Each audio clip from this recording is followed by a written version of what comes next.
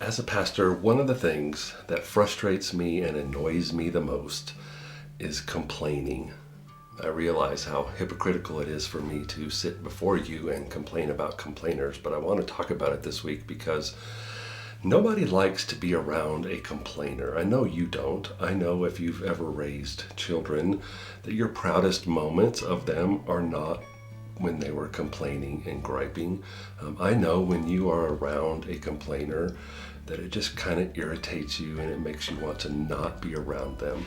Complaining is one of those things that's very, very easy to see in other people, but not so easy to identify in ourselves. It's something that drives us crazy about other people, but we excuse it in ourselves. And if I was honest with you, probably the real reason that complainers drive me crazy is because I am so prone to complain. I am so quick to complain when things don't go my way, when I'm offended, when I'm irritated, when I'm delayed, when I'm distracted. I like to complain too, but I don't want to be a complainer. I don't want to be a person who's always complaining about the situation. Some of my favorite people are the people who see a problem, see an issue, and they don't complain about it. They bring it to me and they bring it with a solution.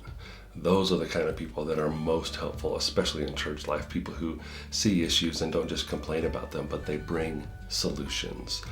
So this week we're going to talk a little bit about complaining because, believe it or not, I think I have found a thing that is the cure, and it's in Scripture. You're going to have to wait till Thursday for that because today we need to get the heart of God when it comes to complainers. Believe it or not, God doesn't like complainers either. He doesn't like to listen to complaining. In fact, one of my favorite verses to hate, one of my verses that I wish was not in the Scripture, but it is Philippians chapter 2, verse 14, which simply states, do everything without complaining and arguing.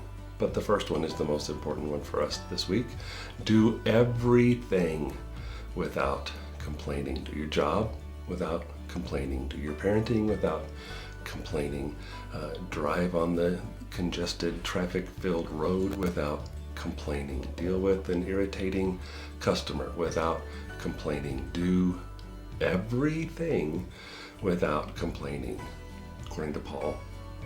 Probably knows what he's talking about. He's Paul. I looked up these scriptures, these words, trying to find, the real meaning behind what is complaining and what did he mean by everything. Surely there's a loophole. Surely there's some way out of this. And surely complaining isn't as bad as I think it is.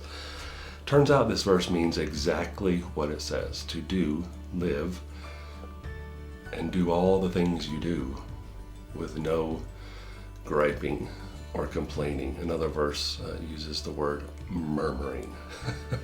So, for today, let us get God's perspective. He does not want us to be complainers. And there's got to be a reason, right? There has to be a reason for God to tell us not to do something. We're going to discover that tomorrow. But what if today we just took this verse at face value and said, I will obey this verse today. I'm going to do my best to do everything I do today without complaining.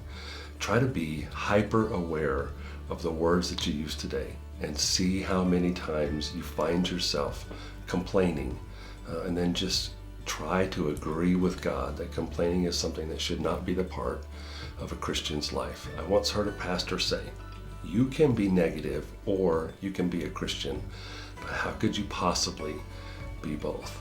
I think he's right. And so my challenge to me and my challenge to you today is to do everything without complaining. And let's see how we do. See you later.